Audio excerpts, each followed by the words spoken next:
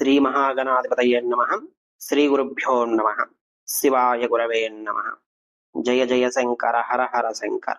కంచి శంకర కామాక్షి శంకర. కంచి పరమాచార్య లీలలు.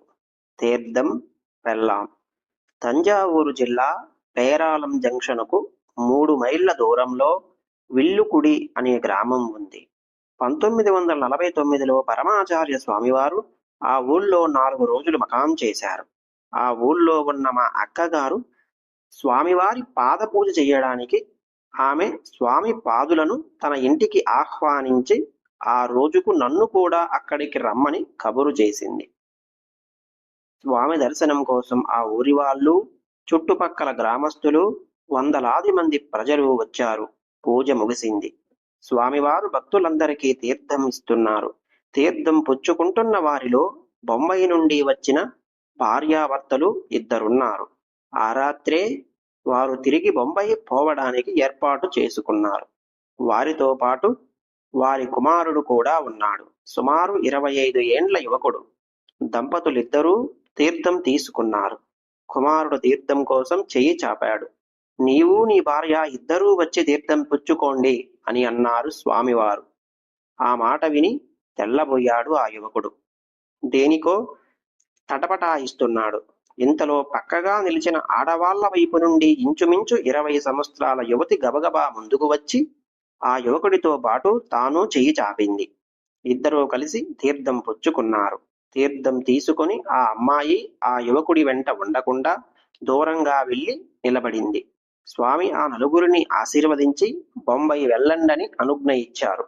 ఆ తతంగమంతా చూస్తున్న మాకు ఆశ్చర్యం వేసింది. బొంబాయి నుండి వచ్చిన తల్లిదండ్రులిద్దరికీ స్వామి తీర్థం ఇవ్వడమేమిటి? కుమారుడు రాగానే భార్యాభర్తలు ఇద్దరూ వచ్చి తీర్థం పుచ్చుకోండి అని ఆదేశించడము ఏమిటి? ఆ యువకుడి భార్య ఎక్కడి నుంచో ఊడిపడ్డట్టు వచ్చి తీర్థం పుచ్చుకొని తిరిగి దూరంగా వెళ్లి నిలబడమేమిటి? నలుగురూ కలిసి బొంబాయి వెళ్ళండని వారిని స్వామి ఆజ్ఞాపించడమేమిటి? ఇదంతా ఏదో వింతగా తోచింది అందరికీ. బొంబాయి నుండి వచ్చిన ఆ పెద్ద మనిషిని సమీపించి అడిగాను ఆయనను, ఏమిటి ఈ వ్యవహారమంతా అని. ఆయన ముందు కాస్త వెనకాడాడు తమ ఉదంతం చెప్పడానికి. తరువాత బయట పెట్టాడు అసలు కథ. కట్నం విషయంలో ఏదో కొంత పేచీ వచ్చిందని, ఆ కారణంగా 3 సంవత్సరముల నుండి తన కొడుకు కోడలు కలిసి కాపురం చేయడం లేదని, తమ కోడలు ఇక్కడికి వచ్చే సంగతి తమకు ముందుగా తెలియదని, తాము స్వామి దర్శనం నిమిత్తం మాయూరం నుండి కారులో వచ్చామని, స్వామి ఆజ్ఞ అనుసరించి ఇప్పుడిక కోడలను కూడా వెంట పెట్టుకుని బొంబాయికి వెళ్లదలిచామని కథంతా వెళ్ళగక్కాడు. అంతటితో నేను తృప్తి చెంది ఊరుకోలేదు. ఆ అమ్మాయిని అడిగాను, ఏమిటమ్మా నీ పరిస్థితి అని. భరించలేని ఆవేదనతో ఆ అమ్మాయి మాట్లాడలేకపోయింది. అంతట పక్కనే ఉన్న ఆ పిల్ల తల్లి ఇలా చెప్పింది. కట్నం విషయంలో వచ్చిన మనస్పర్ధల వల్ల 3 ఏళ్లుగా నా కూతురు నా దగ్గరే ఉంటున్నది. స్వామితో మా అవస్థ చెప్పుకుంటే స్వామి ఏదైనా దారి చూపిస్తారనే ఆశతో మేము ఇక్కడికి వచ్చాము. అంతేగాని మా వియ్యంకుడు, వియ్యపురాలు, అల్లుడు వీరంతా ఇక్కడికి వచ్చే సంగతి మాకు ముందుగా తెలియదు.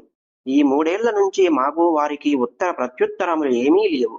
ఇదంతా మాకు వింతగానే ఉంది. అంతా స్వామి దయ. కోడలను కూడా వెంట పెట్టుకుని నలుగురు బొంబాయికి వెళ్ళండని స్వామి ఆదేశించారు కాబట్టి వెంటనే బయలుదేరి తమతో రమ్మని పిల్లవాడి తండ్రి కోడలతో చెప్పాడు. మేము ఇక్కడికి వచ్చేటప్పుడు బొంబాయి ప్రయాణం సంగతి మాకు తెలియకపోవడం చేత అమ్మాయి తన బట్టలు తెచ్చుకోలేదు అన్నది పిల్ల తల్లి.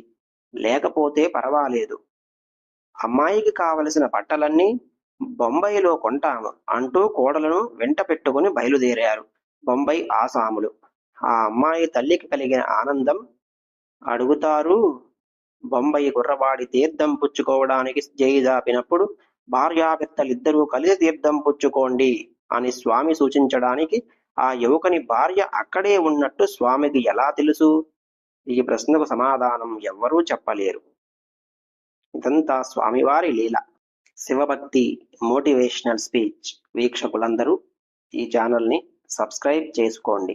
సబ్స్క్రైబ్ చేసిన వారు లైక్ చేసి షేర్ చేయండి.